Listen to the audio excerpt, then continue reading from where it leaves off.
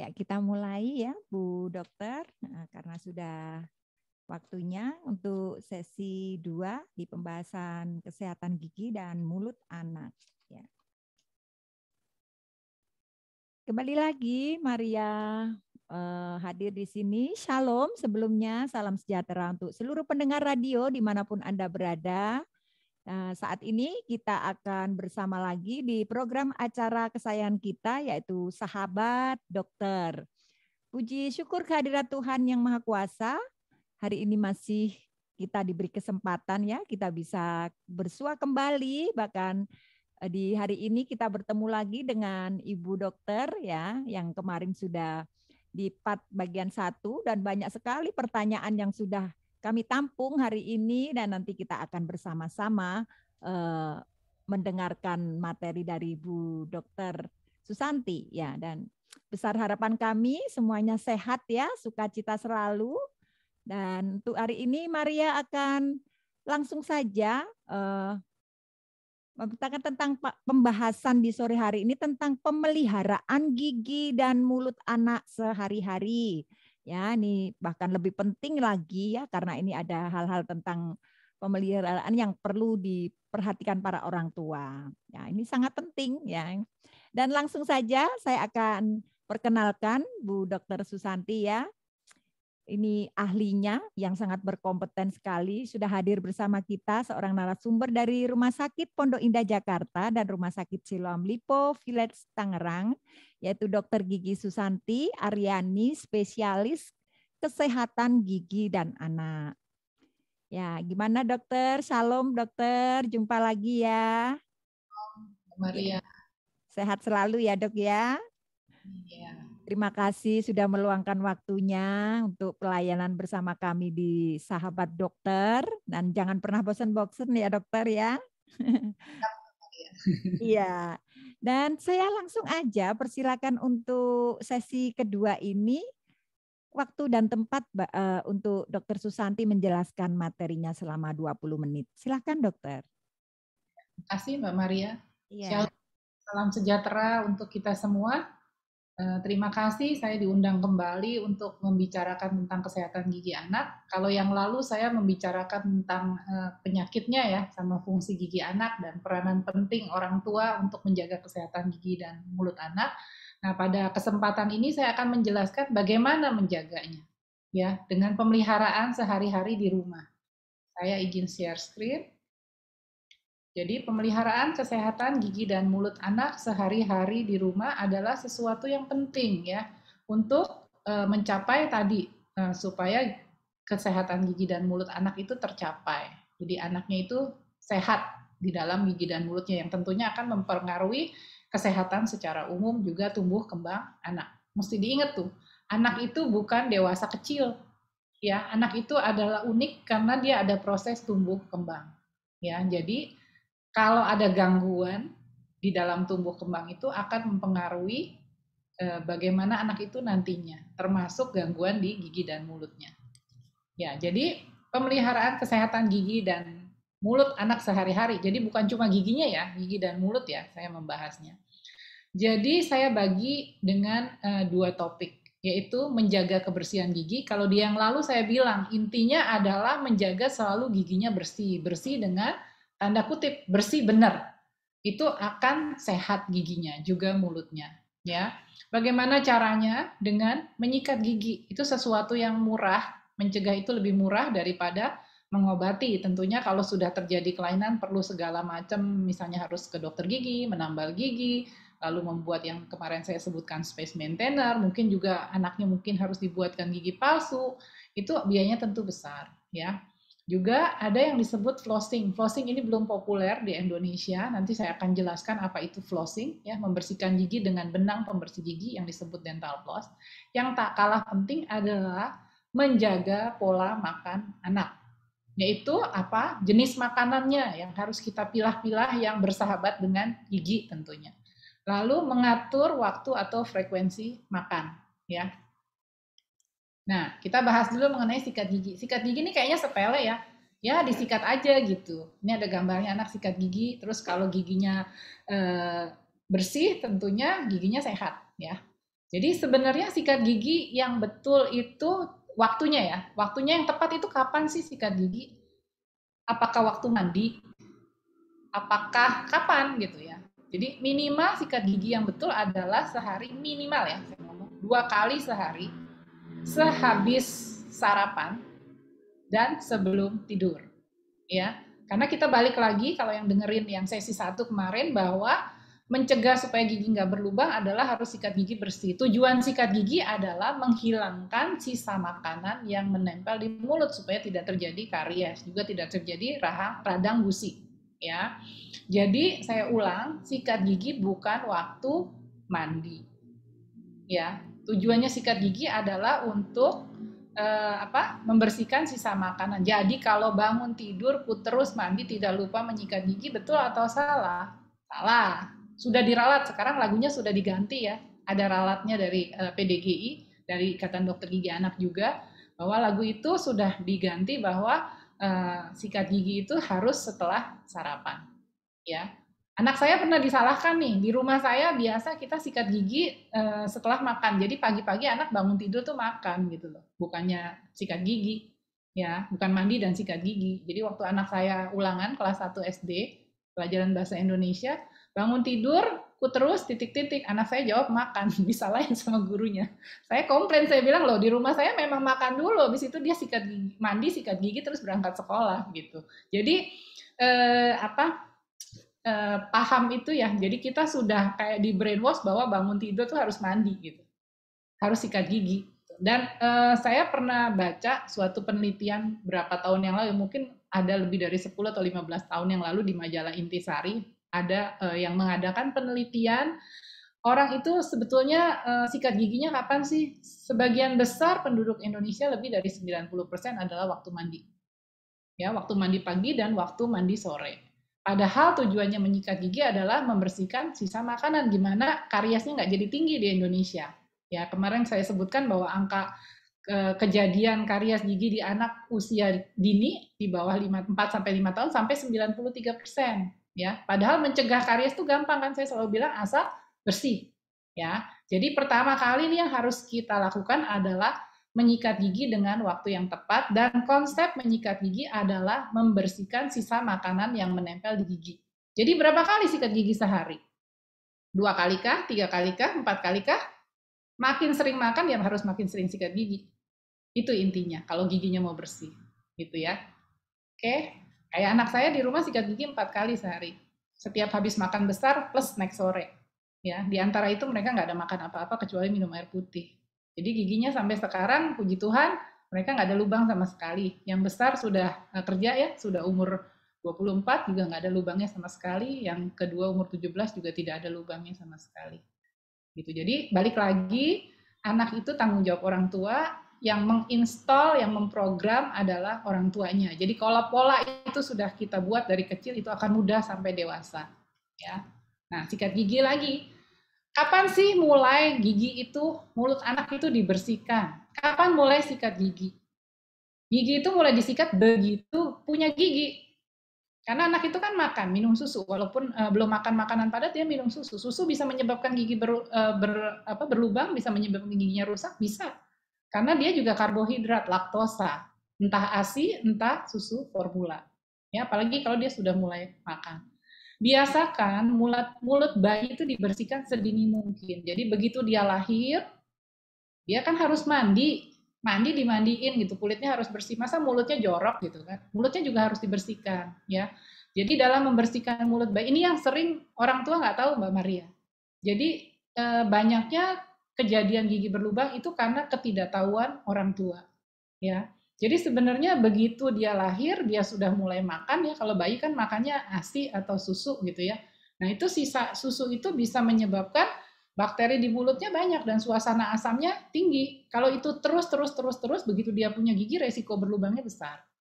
Jadi mulai dibersihkan ya, membersihkannya adalah harus dengan kain kasa atau yang ada yang namanya sikat yang bisa dimasukkan jari dari silikon itu.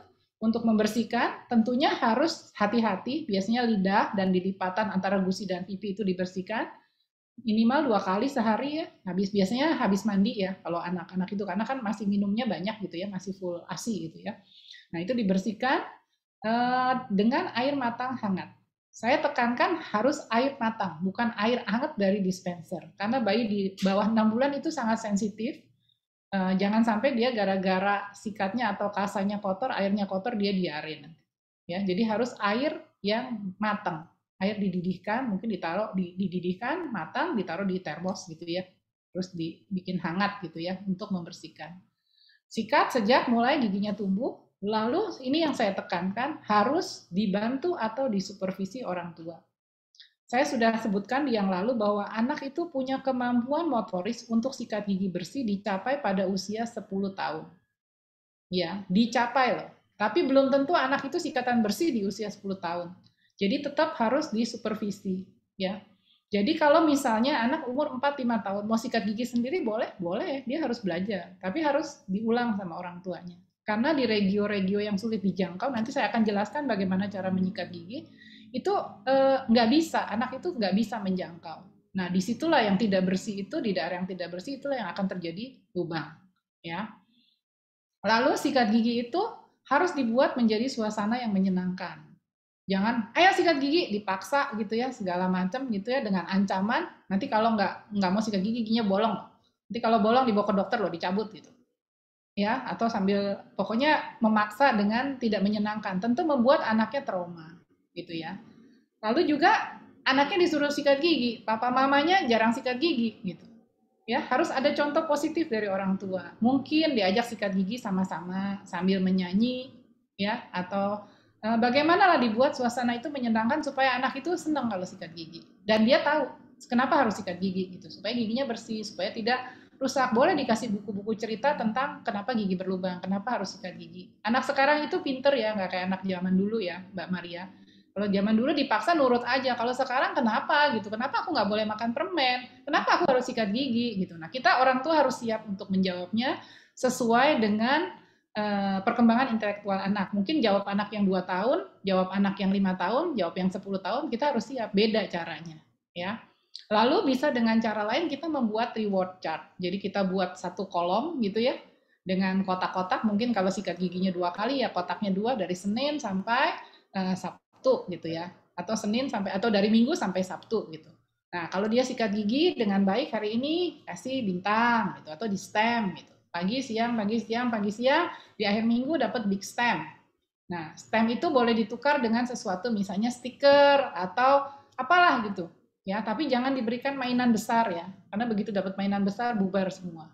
Gitu ya. Jadi reward itu nggak selalu harus sesuatu yang mahal.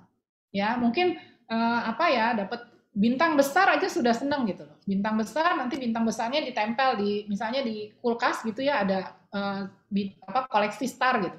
Nanti kalau ada neneknya datang atau tantenya datang bilang, oh itu starnya udah banyak, itu buat anak itu sudah suatu reward ya. Jadi nggak harus selalu sesuatu yang mahal ya, nggak selalu harus mainan gitu. Nah ini ada yang disebut baby oral health checklist. Jadi bersihkan gigi bayi setiap hari sebelum gigi tumbuh ya. Lalu begitu giginya tumbuh harus sikat gigi ya. Pakai kalau saya menyarankan kalau di bawah 1 tahun karena anak-anak suka masih alergi tidak perlu pakai pasta gigi, air matang hangat cukup. Tapi begitu setahun kalau mau pakai sikat gigi boleh, pasta gigi boleh. Kalau misalnya anaknya nggak suka nggak pakai pasta gigi nggak apa-apa, yang penting bersih ya. Balik lagi bersih bersih bersih itu yang saya tekankan. Lalu buatlah anak sudah tidak minum botol waktu tidur atau minum ASI waktu tidur pada saat dia umur 1 tahun. Itu yang kemarin kita bahas ya Mbak Maria. Iya. Lalu mulai ke dokter gigi anak, apakah anaknya giginya baik gitu ya. Cukup intake di sini ada disebut intake fluoride. Cuma kalau di Indonesia ini fluoride ini belum terlalu populer. Kalau di luar negeri itu ada di air minum, ada di garam, di susu ya. Jadi apakah kecukupan fluoride-nya sudah cukup untuk anak itu? Karena fluoride ini adalah suatu zat yang berguna untuk memperkuat email, gitu ya. Tapi balik lagi sih sebenarnya kalau pada prinsipnya adalah kalau selalu bersih giginya akan oke, gitu ya. Lalu buat kunjungan pertama ke dokter gigi pada saat anak umur antara 6 bulan sampai 1 tahun begitu giginya tumbuh. Nah pada saat itu yang akan dilihat adalah Apakah pembersihannya baik? Apakah pertumbuhannya normal? Seperti itu. Ya. Nah, bagaimana cara menyikat gigi nih untuk bayi? Tadi saya sudah sebutkan gitu ya, dengan kasa, bisa juga dengan sikat yang bisa dimasukkan jari. Mungkin kalau yang nonton YouTube ini bisa lihat ya seperti ini. Yeah. Atau bisa juga pakai kasa seperti ini ya. Posisinya bisa anaknya di pangku di paha kita atau dia tiduran di atas bantal lalu kita bersihkan gitu. Sedangkan untuk membantu menyikat gigi anak yang lebih besar yang sudah bisa berdiri, posisi orang tua ini yang sering salah, bukan dari depan, tapi dari belakang anak. Seperti gambar ini. Karena kalau pada posisi dari belakang, kita lebih bisa melihat begitu dia mangap, kita bisa lihat seluruh permukaan giginya, mulutnya bisa kelihatan. Dan menyikatnya itu gerakannya akan lebih mudah karena seperti kita menyikat gigi. Kalau kita dari depan, kita kayak nyodokin dia. Dan kemungkinan kesogok itu lebih besar. Ya, jadi kalau menyikat gigi anak, posisinya adalah di belakang anaknya. Ya. Lalu, bagaimana menyikat giginya sebenarnya? Jadi menyikat gigi itu kalau prinsipnya adalah kalau menurut teori ya ada si A, si B, si C harus 45 derajat, begini, itu pasti pusing deh gitu ya. Jadi prinsipnya harus semua permukaan gigi tersikat. Ya, semua permukaan gigi tersikat. Jadi bukan cuma yang depan sini aja, yang dalam aja, tapi yang di daerah dekat lidah, dekat langit-langit, dekat lidah bagian samping ya. Kalau lihat di gambar ini bagian depan harus tersikat semuanya sampai bagian samping ya. Jadi semua tersikat. Kalau saya menganjurkan supaya mudah gerakannya adalah berputar seperti ini. Kenapa berputar? Kalau berputar, daerah gumline itu yang kita bilang leher gigi itu tersikat. Jadi batas antara gigi dengan gusi itu bisa tersikat. Tersikat dengan baik supaya tidak ada sisa kotoran di situ yang saya bilang kalau misalnya banyak kotoran di situ akan menyebabkan radang gusi gingivitis ya atau kariesnya itu di daerah leher gigi nantinya. Di mana yang kotor di situ akan terjadi sesuatu. Prinsipnya seperti itu. Nah, karena gigi itu permukaannya nggak cuma yang di depan sini aja atau yang di permukaan kunyah ya, bagian dalam sini harus disikat nih dekat lidah ya. Kalau lihat di gambar ini nomor 3 ini harus disikat ya.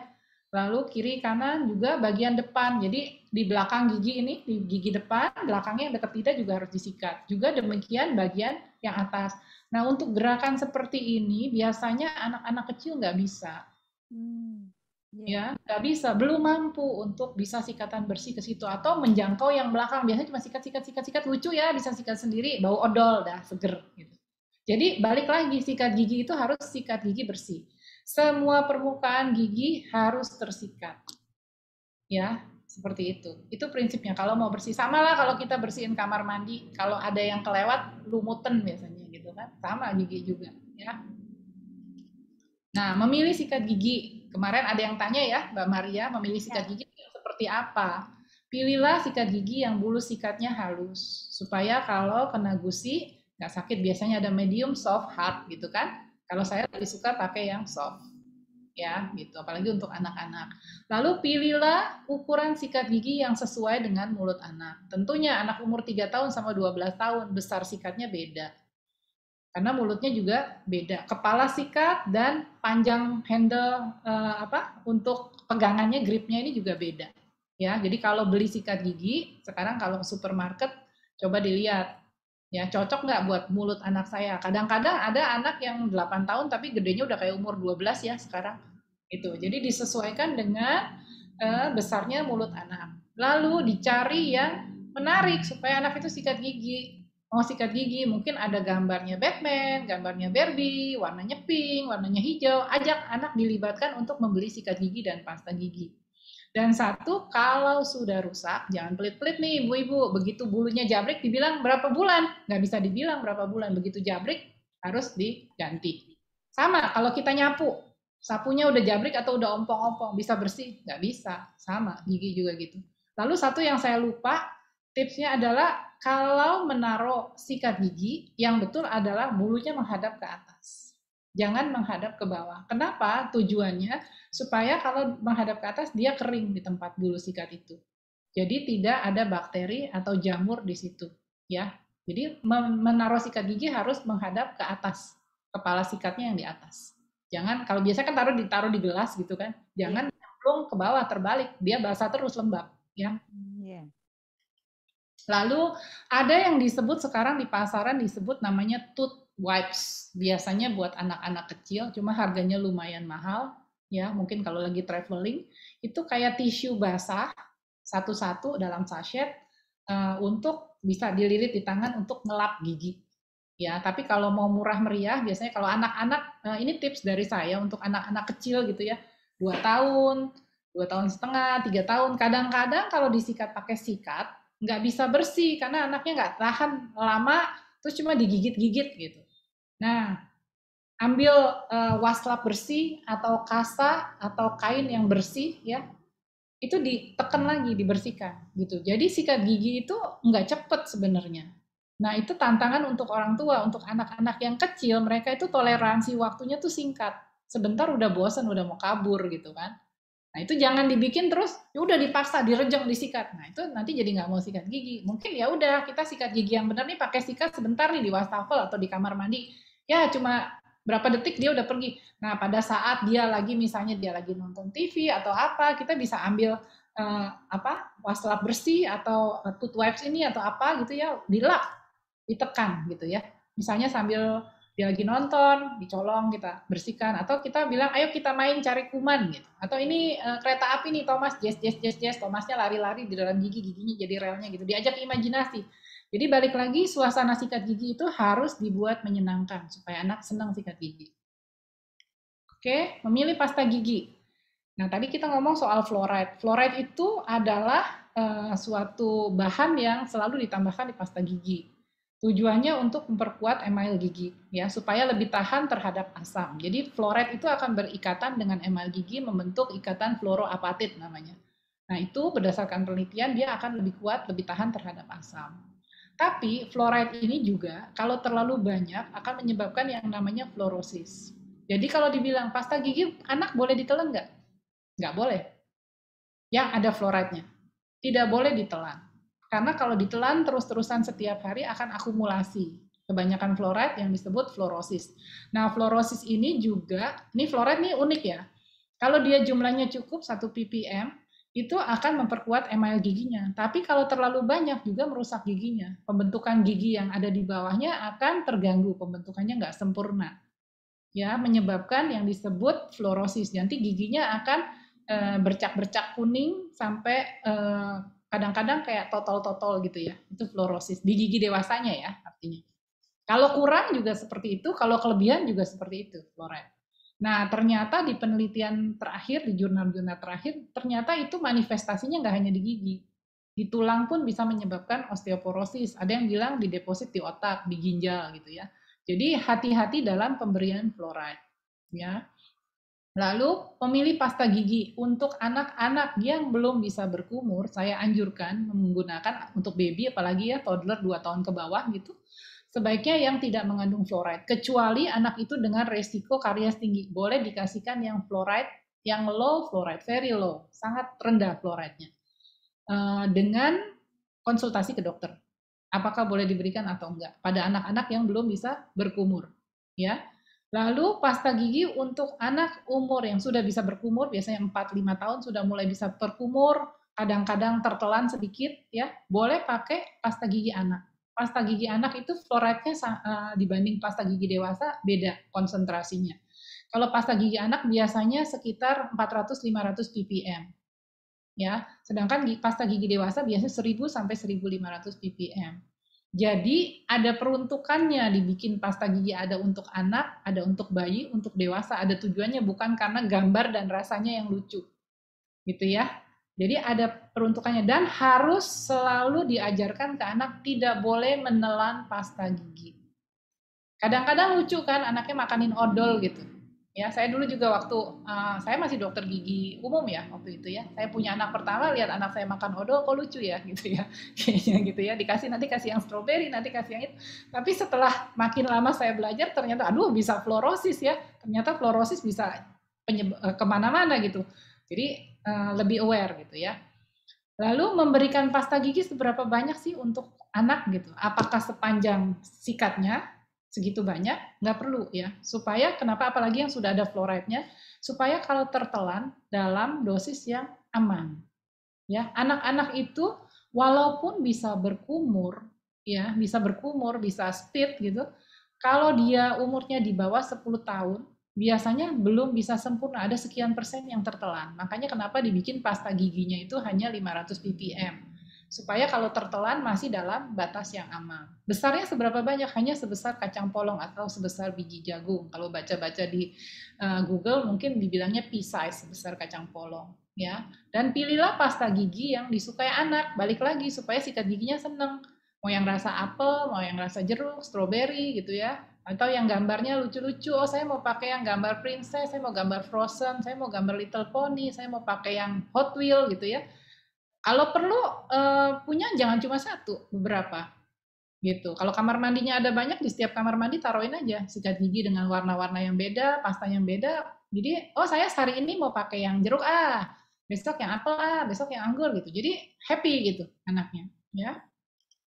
Nah, ini gambarnya untuk anak yang belum bisa berkumur, yang masih sangat kecil gitu ya. Kalau mau pakai yang berfluoride, pakainya itu seperti yang di gambar kiri. Cuma kayak mengoles roti dikit banget. Seperti itu, ya. Supaya balik lagi kalau tertelan aman, dan pakai air mateng ya. Kalau yang belum bisa kumur sempurna di bawah 10 tahun lebih baik pakai air mateng ya, atau pakai air mineral ya. Nah, ini yang disebut flossing. Flossing adalah membersihkan gigi dengan benang pembersih gigi. Itu tujuannya membersihkan sisa-sisa makanan yang menempel di sela-sela gigi. Disikat kan nggak bisa keluar gitu ya. Apalagi anak-anak itu biasanya pada usia sekitar 3-4 tahun giginya mulai menjadi renggang-renggang. Jadi jarang-jarang. Kenapa? Karena ukuran tulang rahangnya membesar. Giginya ukurannya tetap. Pasti jadi kontaknya antar gigi itu akan merenggang. Nah, di situ akan gampang nyangkut makanan. Jangan dibersihkan pakai tusuk gigi, tapi pakai dental floss. Caranya benangnya dililit 2 di tangan, lalu dimasukkan di sela-sela gigi. Boleh ditarik, boleh diangkat ke atas. Sebenarnya flossing itu kapan sebaiknya? Flossing itu sebaiknya sebelum sikat gigi. Maksudnya apa? Setelah sisa makanan itu hilang, kita pakai pasta gigi, terutama yang berfluoride. Fluoride-nya itu bisa melapisi permukaan gigi, samping celah-celah gigi tadi. Ya, jadi sebenarnya flossing yang betul adalah sebelum sikat gigi. Ya. Nah, berikutnya adalah pola makan. Ya. Tadi kita sudah ngomong soal giginya, bagaimana membersihkannya. Sekarang yang harus dijaga adalah makanannya, makanan anak-anak. Jenis makanan. Makanan tentunya makanan sehat, sudah tahu semua 4 sehat, 5 sempurna. Batasi makan makanan kariogenik. Kalau kita ngomong tadi lubang gigi adalah karies, jadi ada yang disebut karyogenik food. Makanan yang menyebabkan gigi berlubang. Yaitu makanan yang manis dan lengket, yang saya bilang refined karbohidrat. Ya. Lalu hindari minuman yang manis atau asam. Asam juga akan membuat email giginya larut kan tadi ya. Ada penelitian ada salah satu Profesor Safrida, dulu profnya saya, guru besar saya di UI, itu mengadakan penelitian di Palembang, orang yang di sana kan makan pempek terus ya, ternyata giginya lebih banyak berlubang karena asam. Ya, jadi asam juga harus dihindari. Biasakan minum air putih sejak kecil, habis makan apapun, habis minum apapun, biasakan minum air putih kalau minum sesuatu yang tidak tawar. Kalau itu sudah dibiasakan dari kecil, paling enggak itu membuat suasana asamnya berkurang di mulut. Ya, walaupun tetap gigi itu yang menyebabkan gigi berlubang itu kan tadinya yang saya bilang sisa makanan yang menempel itu nama kerennya sebenarnya ada plak.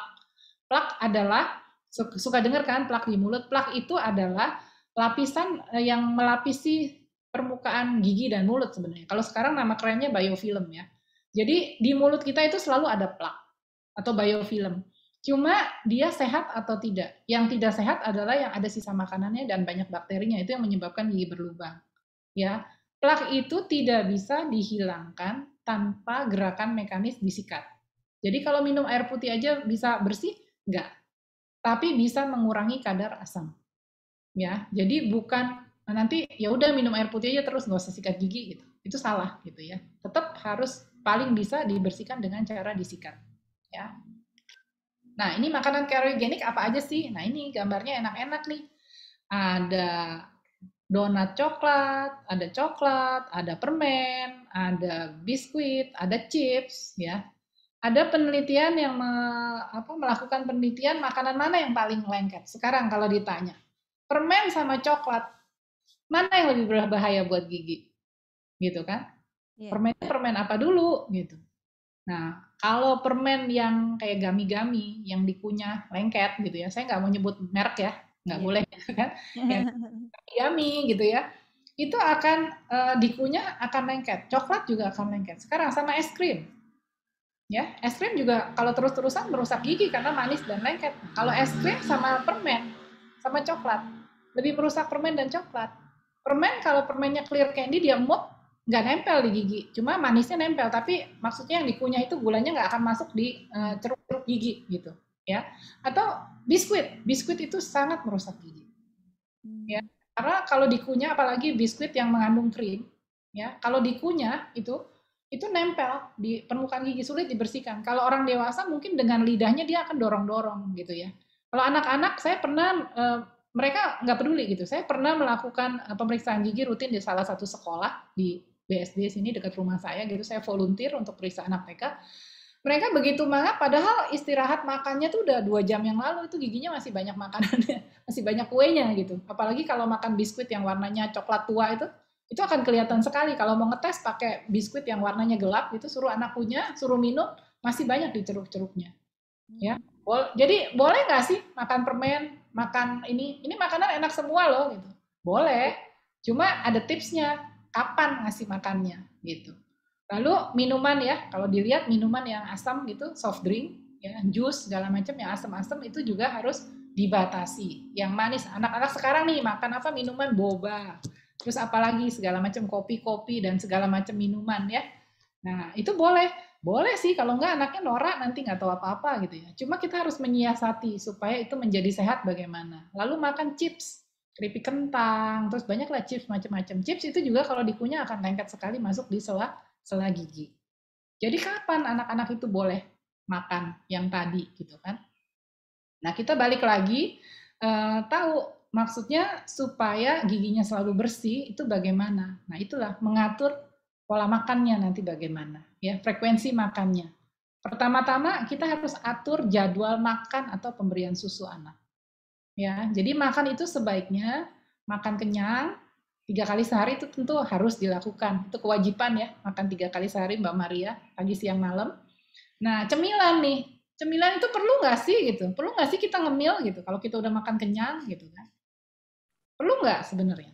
Nggak perlu sebenarnya, Nggak gitu kan? kenyang kan? Iya, kalau udah kenyang nggak perlu ngemil lagi gitu kan. Malah kita bisa makan full gizinya yang benar gitu kan.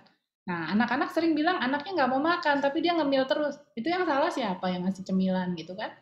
Juga susu, kalau terlalu banyak susu anaknya nggak mau makan. Dan giginya juga rusak, terus-terusan kerendam. Jadi atur jadwal makan yang baik. Misalnya makan 3 kali sehari. Kayak saya bilang, saya dengan anak-anak saya mereka 4 kali sehari sikat gigi. Setiap habis makan besar, plus 1 habis ngemil. Ngemilnya itu biasanya diberikan sore hari.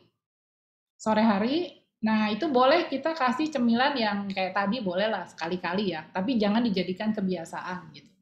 Nah setelah itu pada saat mereka mandi sore sikat gigi, jadi nempelnya cuma sebentar, nggak akan merusak gigi. Jadi kalau mau diberikan makanan yang seperti tadi, kita entertain anak misalnya, oke lah lagi ulang tahun bolehlah makan permen gitu, lagi Natalan atau lagi Lebaran atau Tahun Baru boleh sekali-kali makan permen, tapi jangan dijadikan suatu kebiasaan. Jangan disediakan di rumah.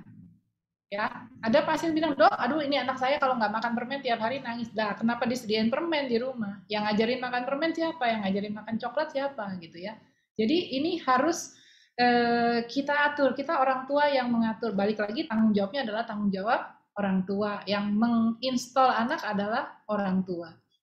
Lalu yang terakhir adalah kunjungan ke dokter gigi. Kapan sih sebaiknya ke dokter gigi? Tadi sudah disebutkan, begitu giginya tumbuh, punya 2 atau 4, orang nggak ada masalah kok ke dokter gigi. Balik lagi yang saya bilang, nggak bisa kayak badan divaksin.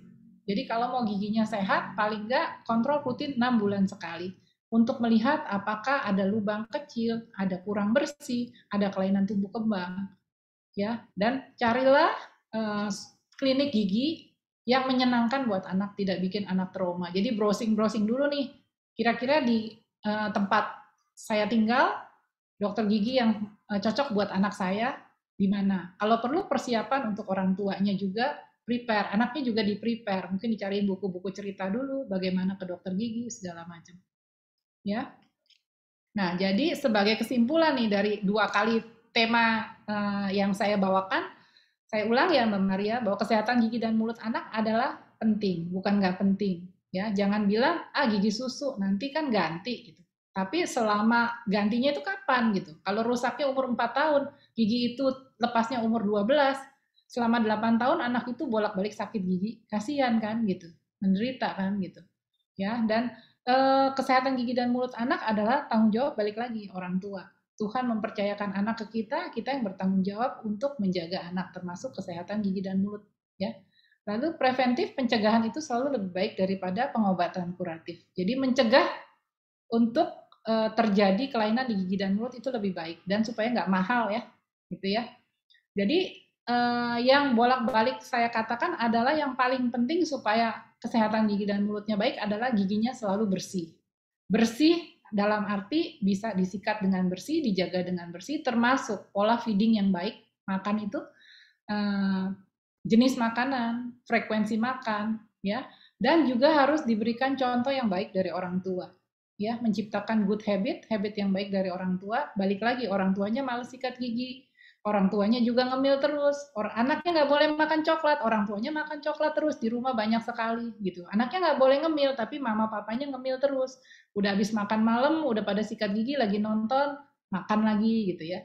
Lalu yang tak kalah penting adalah kontrol rutin 6 bulan sekali. Niscaya kalau ini semua dilakukan, nah, kesehatan gigi dan mulut anak ini akan terjaga dengan baik. Dan ini adalah modal untuk anak-anak supaya tubuhnya sehat dan tumbuh kembangnya bisa berjalan dengan baik.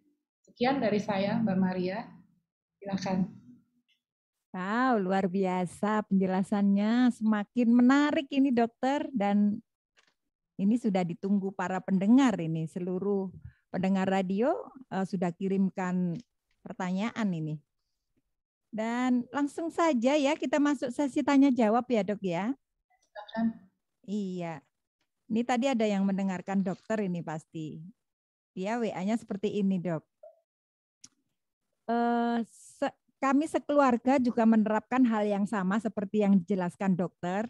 Ketika habis makan besar kita sikat gigi gitu, sikat gigi. Tetapi ketika minum, terkadang anak saya juga minta minum air teh, air susu. Itu saya yang seringnya lupa. Harusnya masih tetap sikat gigi ya dok, karena itu manis. Itu yang ditanyakan beliau. Benar begitu apa tidak dokter? Tolong dijelaskan dokter. Ya. Sebenarnya begini, kalau minum yang di luar jam makan, gitu ya, sebaiknya minum air putih. Kalau misalnya mau minum kayak misalnya minum teh manis, minum jus gitu. Pada saat makan aja gitu. Nanti setelah itu sikat gigi. Kalau misalnya lagi makan di restoran nih atau nongkrong, sekarang banyak tempat kopi ya. Iya. Minum atau orang tuanya minum, sebaiknya paling tidak dibilas air putih. Paling tidak. Oh ya. Nggak Ya. perlu sikat gigi dokter. Kan nggak mungkin kita lagi di mall sikat gigi, Mbak. Oh, maksudnya waktu nongkrong gitu ya. Mungkin kalau di rumah nyampe rumah disikat gitu. Atau Ya, boleh, boleh. Boleh kalau mau sikat gigi terus-terusan boleh gitu. Makanya yang paling penting adalah diatur waktunya kapan. Kalau enggak kita seharian sikat gigi terus. Kalau kita balik lagi ke konsep gigi berlubang, giginya harus selalu bersih gitu. Kalau kita nggak atur pola makan, kita sepanjang hari ngemil misalnya, saya juga nggak ngerti ya kenapa sekarang kalau ada seminar itu pasti ada coffee break jam 10 gitu. Padahal kita udah makan kenyang. Iya kan? Iya Nah, itu betul. kenapa harus anak-anak jam istirahat itu harus makan? Kalau saya dulu prinsipnya, anak saya nih kalau kecil, pagi mau sekolah dia makan kenyang. Bekal sekolah buah. Iya. Ya, nanti pulang sekolah dia makan kenyang lagi. Nah, pada waktu makan kenyang sikat gigi buah oke lah gitu ya. Paling bilas air putih. Saya nggak pernah membawakan minum, misalnya saya bawakan teh manis, jus nggak. Saya selalu bawakan air putih. Kalau saya bawakan susu kotak, dia harus bilas air putih. Nah, itu dari kecil itu sudah ditanamkan di kepala. Jadi sampai sekarang anak-anak itu selalu setiap habis makan, minum apapun, minum air putih. Kemana-mana saya bawa tumbler.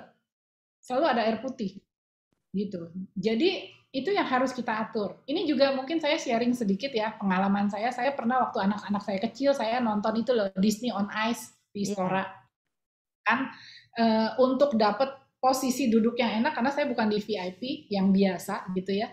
Kan dulu-duluan datangnya nggak pakai nomor kan di Istora itu. Iya. Kita datang setengah jam atau sejam lebih awal. Nunggu sampai show-nya mulai, saya bingung lihat orang di depan saya, anak-anak itu. Sebentar buka kotak makan, makan biskuit. Sebentar lagi makan. Sejam itu makan terus loh. Aku nggak makan tadi siang gitu loh. Iya. Nah itu kebiasaan sebenarnya siapa yang buat gitu. Anaknya minta enggak kan gitu. Tapi itu nanti akan menjadi kebiasaan. Itu yang penting. Jadi diatur dari kecil pola makannya yang baik gitu. Ya, jadi kalau misalnya tadi pertanyaannya, apakah kalau habis makan minum yang manis harus sikat gigi? Kalau kita mau ngomong bersih benar, iya. Tapi repot nggak gitu? Rese nggak tiap kali harus, bentar-bentar sikat gigi, bentar-bentar sikat gigi. Dan nggak ada yang bilang sikat gigi mau 10 kali sehari giginya rusak, nggak ada.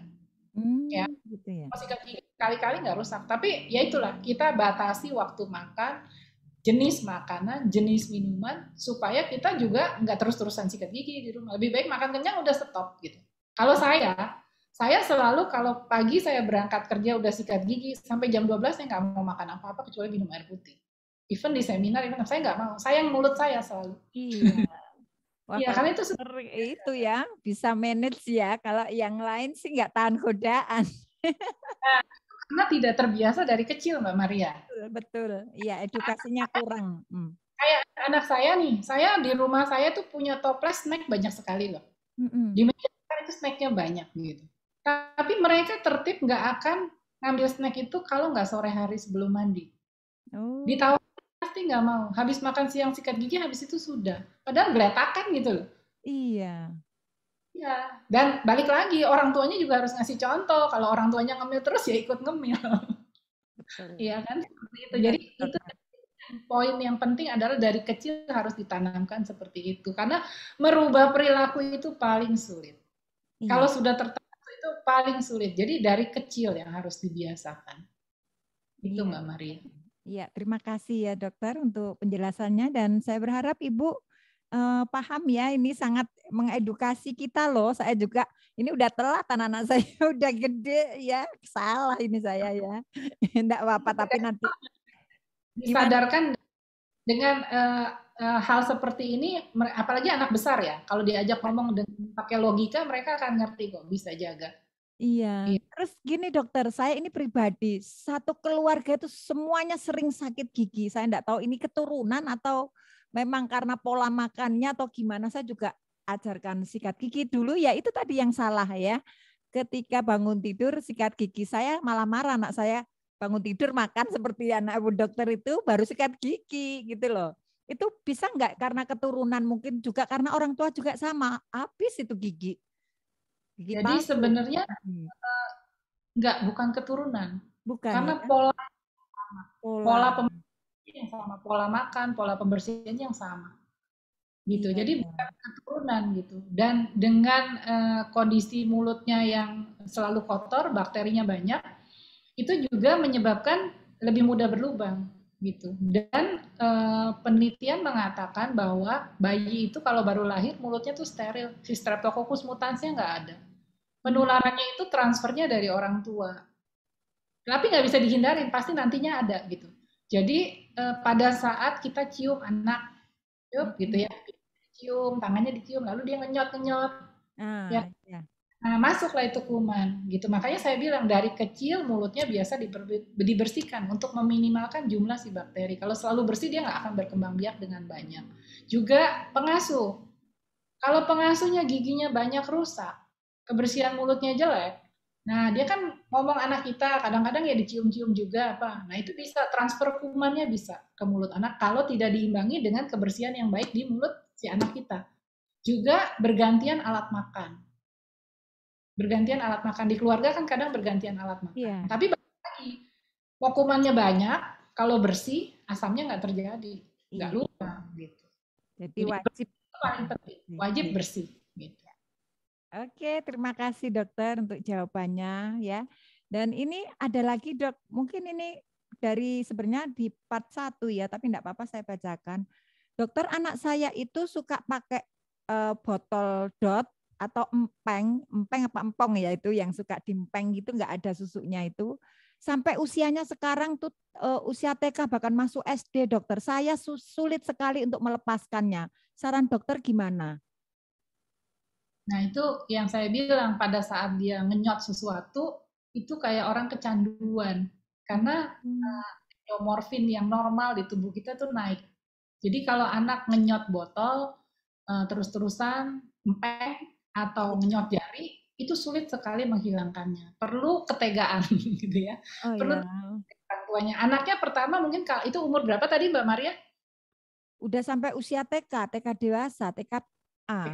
Ya, sekitar Ya. 5 tahun. Kalau anak sudah seumur gitu, itu dia sudah bisa diajak berpikir. Bisa perkembangan intelektualnya sudah bisa diajak untuk dijelaskan dengan bahasanya dia. Misalnya, kita kasih tahu kalau dia ngempeng terus atau ngenyot terus gitu ya dengan botol, giginya bisa rusak, kasih lihat gambarnya. Atau mungkin gambarnya gambar kartun, mungkin ada kumannya dan segala macam. Lalu mulutnya bisa nonggos. Gitu. Tapi bilang, mau nggak nak, saya bantu supaya kamu bisa stop. Misalnya kalau dia ngenyot botol, ya dulu anak saya juga nggak bisa lepas botol, jadi dotnya saya lepas, ya saya cemplungin sedotan di botolnya. Masih pakai botol, tapi dia pakai sedotan. Bilang, kamu kan sudah besar, yang ngedot itu bayi. Masa kayak baby terus? Kalau kamu berhasil, aku kasih bintang. Balik lagi kita dengan reward chart. Ya. Nah, reward chart dengan perjanjian, misalnya, kamu kalau kumpulin Big Star 100, nanti mama beliin mainan apa yang dia pingin. Misalnya, mobilan besar atau Barbie atau apa. Diomong di awal, kita bisa dealing kalau anak segitu. Tapi jangan cepet ya, yang saya bilang. Jangan baru sebulan dikasih, balik lagi. Paling nggak 3 bulan. Star, Big Star. Tapi pada saat itu kita harus tegas. Pada saat ada yang miss satu bintang kecilnya, bintang besar nggak dapet. Mau nangis kayak apapun, bintang besar nggak dapet. Itu yang di pola pendidikan dibilang adalah dengan reward dan punishment.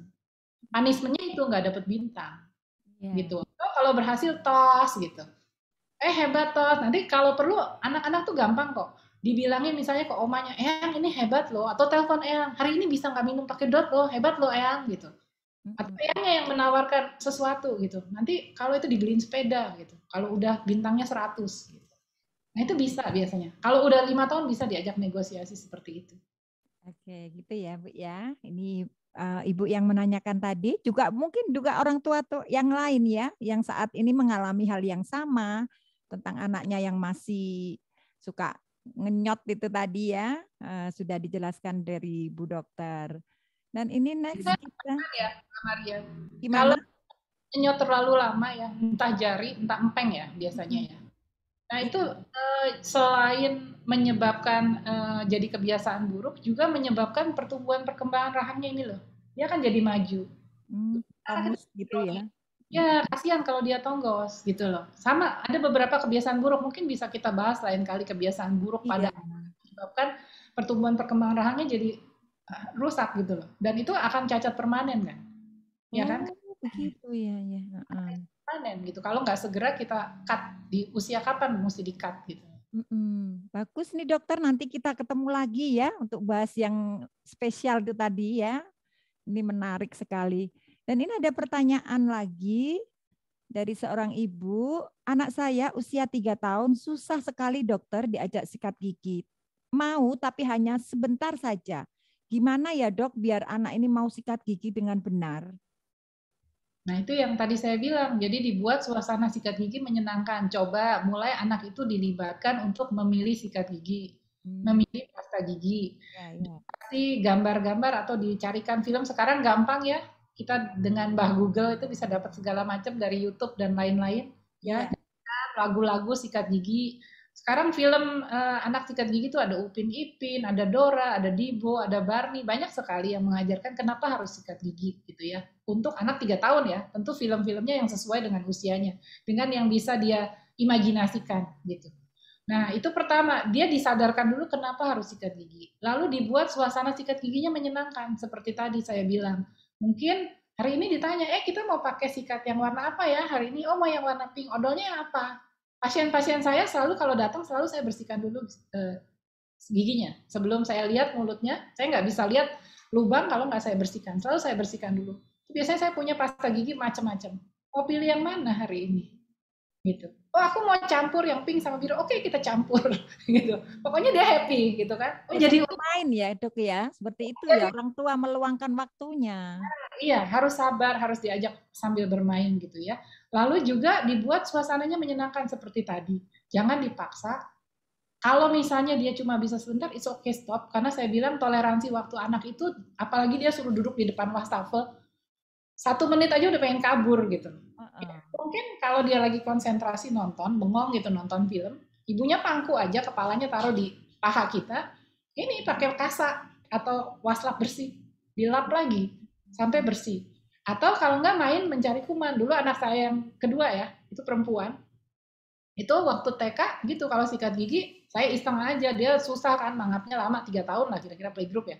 Saya bilang, ini kumannya ada yang pink loh, ada rajanya, saya bilang gitu. Oh iya, ada rajanya ya.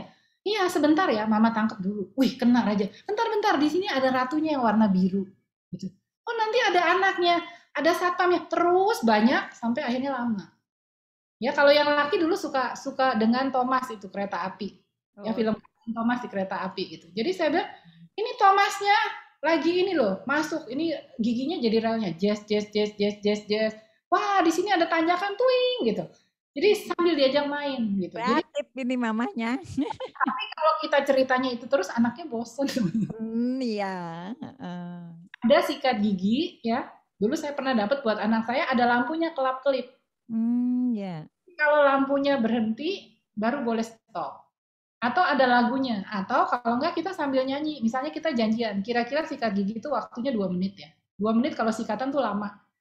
Ya, jadi bisa kita sambil nyanyi. Misalnya, kalau anak saya dulu saya ajak nyanyi lagu Old MacDonald. Old MacDonald has a farm gitu kan. Iya, iya. Oh, terus kan nanti keluar sapinya, mo, terus babinya, kambingnya, terus sampai binatangnya banyak baru selesai sikat giginya. Seperti itu. Gitu. Nah, habis itu selesai sikat gigi, oke, dapat star. Kalau anak saya yang perempuan nggak mau star, gambar heart warna pink. Oke, gitu, kita ikutin. Gitu. Nah, seperti itu. Pokoknya dibikin bagaimana selain disadarkan kenapa harus sikat gigi, kenapa nggak boleh makan permen, kita buat suasana itu menyenangkan. Gitu. Sambil bermain. Karena anak-anak di situ kan usia bermain. Beda sama yang gede. Kalau kita ngomong sama anak umur 10 tahun, kita harus sedikit ilmiah. Kalau nggak disikat, giginya bisa ngomong, ini jadi asam, nanti emailnya larut, kalau dalam begini. Itu waktu itu anak saya belikan komik science ya, yang tentang kesehatan gigi. Gitu. Kita bahas bersama, jadi dia sadar gitu. Anak sekarang yang saya bilang Mbak Maria, anak sekarang itu anak yang pinter, nggak bisa kayak dulu, ayo sikat, udah nurut aja gitu. Kenapa? Kenapa harus sikat? Kenapa nggak boleh makan? Kepo, tanya-tanya. Ya, jadi jangan sampai kita konfrontasi gitu ya, ribut-ribut sama anak gara-gara sikat gigi dan dia trauma untuk sikat gigi. Baru mamanya bawa sikat udah kabur kali ya. Iya, ini perlu sekali untuk momi-momi yang sekarang ya memang harus pinter-pinter ya cari kesenangan anaknya gini biar dia harus memahami gini loh Mbak Maria. Saya belajar banyak psikologi anak. Mungkin kalau orang yang rajin mungkin senang juga baca gitu ya. Handle anak usia 1-2 tahun, 3-4 gitu, sampai 5. Terus sama yang 10 sampai 12, misalnya anak SMP, sikat giginya males, diomel-omel, ayo sikat gigi ya. Nggak tahu. Gitu loh. Harus diajak diskusi. Menurut kamu kalau sikat giginya nggak bersih gimana? Nanti gimana? Jadi harus bagaimana? Gitu. Caranya beda gitu. Kita menghadapi anak sesuai dengan yaitu perkembangan intelektualnya. Seperti itu. Saya mikir juga sekilas keponakan saya tuh yang cerewet deh. Disuruh sikat gigi juga sama seperti itu, Dok. Tanya jawab sama mamanya. Terus enggak, iya harus pinter kita tuh ya. Oke, lanjut ini ya Bapak Ibu, orang tua yang terkasih di rumah. Kita dapat ilmu nih ya dari Bu Dokter Susanti ya, diterapkan. Yuk kita mau anak-anak kita gigi mulutnya sehat ya. Jangan sampai nanti, itu kan nanti juga edukasi, itu juga akan dipakai anak kita untuk ketika mereka juga dewasa ya Dok ya. Dan itu teladan juga nanti buat mereka. Jangan sampai ini kita salah untuk memberikan teladan yang baik itu tadi habit ya, jadi kebiasaan yang baik ya. Dan ini sekali lagi dok, tadi kan dokter mengatakan ada yang tertelan itu ya. Ini seorang ibu juga menanyakan anaknya itu sering sekali justru karena pasta giginya berbagai rasa itu tertelan, bahkan memang tidak tertelan, memang sengaja ditelan. Itu tidak bahaya ya dok? Nah, yang saya bilang, kita pakai pasta giginya yang mana dulu? Anaknya umur berapa? Anak-anak usia 2 tahun. Nah, kalau 2 tahun kan memang belum bisa kumur biasanya. Jadi Iya. pasta gigi yang tulisannya safe to swallow, memang boleh ditelan. Hmm. Dan dibiasakan jangan kalau dia telan kita ketawa-ketawa lucu gitu. Itu Oh. akan jadi diajarkan, ayo coba spit walaupun nggak bisa. Coba tuh gitu. Uh-uh. Diajar konsep menelan sikat gigi itu harus dibilang itu nggak boleh ditelan. Walaupun dia nggak bisa dia telan. Kita pilih pasta giginya yang memang boleh ditelan, jadi masih aman. Atau kalau mau pakai pasta gigi anak tadi, yang misalnya saya bilang yang sudah 500 ppm, sedikit sekali hanya kayak mengoles roti gitu, di spread gitu kan. Jadi kalau tertelan masih dalam batas yang aman. Kalau misalnya nih naruh pasta gigi, hati-hati nih ibu-ibu. Iya. Anak yang kecil, karena gambarnya lucu, rasanya enak, taruh sembarangan, anak 2 tahun atau anak setahun, ambil makan, trot gitu, satu cium. Iya. Uh-uh. Itu keracunan loh. Anak itu keracunan. Ya karena floretnya yang ada floretnya ya, yang sudah berfloret. Anak itu akan keracunan. Biasanya harus cepet-cepet dikasih susu supaya dia muntah. Susu apa itu dok? Susu. Apa? Susu Oh. apapun, kasih yang banyak supaya dia muntah. Atau dibawa ke rumah sakit untuk dipompa. Jadi nggak lucu sebenarnya makan pasta gigi itu nggak lucu gitu. Oh, iya, Cuma iya. kita kadang-kadang saya bilang, saya dulu juga waktu saya punya anak pertama, saya belum jadi dokter gigi anak, saya anggap lucu anak saya makan odo, lucu ya odonya enak ya gitu. Tapi setelah saya belajar menggali lebih dalam itu ternyata itu berbahaya. Oh, iya. Ini pengetahuan kayak gini yang kadang-kadang saya aja yang dulu dokter gigi umum nggak tahu gitu kan. Iya, apalagi kita dok yang awam sekali ya, sangat bersyukur ya hari ini kita ketemu Dokter Susanti ya, bisa ada penjelasan yang luar biasa dan sangat menarik dokter ini.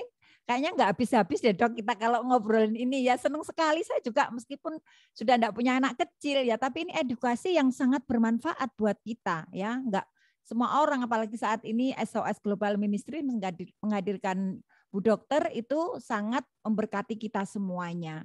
Dan ini ternyata waktu kita sudah habis dokter ya, kita sudah di penghujung acara, kayaknya nggak pengen habis, nggak pengen berhenti rasanya ini dok ya. Tapi karena waktu sudah enggak memungkinkan, jadi saatnya Maria untuk mengakhiri ya di sesi tanya jawab ini. Nanti kalau Bapak Ibu ada yang menanyakan lagi, silakan kirim WhatsApp-nya ya di nomor yang sudah kami sediakan ya. Nanti Dokter Susanti juga akan menjawab ya nanti by Maria nanti ya. Oke, untuk itu sesi tanya jawab sudah kita lalui. Kita ada di penghujung acara dan saat ini Maria mohon sekali lagi take home message closing statement bagi Bapak Ibu orang tua semua yang ada di rumah biar kembali lagi ini sangat penting buat anak kita. Monggo Bu Dokter, sekali saja ini sekali lagi ya untuk take home message-nya yang tadi diulang lagi ya. Baik. Jadi sebagai penutup pesan saya adalah balik lagi, kesehatan gigi dan mulut anak adalah tanggung jawab orang tua dan kesehatan gigi dan mulut anak itu sangat penting. Yang paling penting adalah menjaga gigi dan mulutnya selalu bersih, bersih dengan tanda kutip, bersih betul-betul. Dan untuk pemeliharaan sehari-hari yang paling penting adalah tadi menyikat gigi dengan baik, waktu yang baik, pemilihan pasta gigi dan sikat gigi yang baik, membuat suasana sikat gigi menyenangkan. Juga yang tak kalah penting adalah menjaga pola makan, ya, memilih makanan yang tepat untuk anak, juga memilih waktu dan sering ya frekuensi makan untuk anak. Jadi jangan banyak ngemil, juga selalu rajin sikat gigi setiap habis makan. Niscaya dengan seperti itu gigi dan mulut anak Bapak dan Ibu sekalian akan selalu sehat, dan yang kalah penting adalah jika ditanamkan dari kecil, harapan saya adalah itu akan terbentuk terus sampai dia dewasa dan akan ditularkan untuk generasi berikutnya. Dengan harapan nantinya di Indonesia, generasi berikutnya yang kejadian 93% anak dengan gigi berlubang itu bisa diatasi. Itu harapan saya Dan apa yang telah saya sampaikan, tolong dilakukan oleh Bapak dan Ibu, juga di-share kepada teman-teman Bapak Ibu yang lain dengan harapan gigi anak Indonesia sehat, juga kesehatan dan tumbuh kembang anak Indonesia akan berjalan dengan baik. Sekian, terima kasih. Wow, luar biasa sekali. Terima kasih ya dokter ya. Dan sekali lagi kami dari sahabat dokter SOS Global Ministries dan seluruh radio yang bekerja sama mengucapkan terima kasih kepada Dokter Susanti Aryani, spesialis kesehatan gigi dan anak, atas sharing informasi dan edukasi serta jawaban-jawaban pertanyaan dari para pendengar di event hari ini.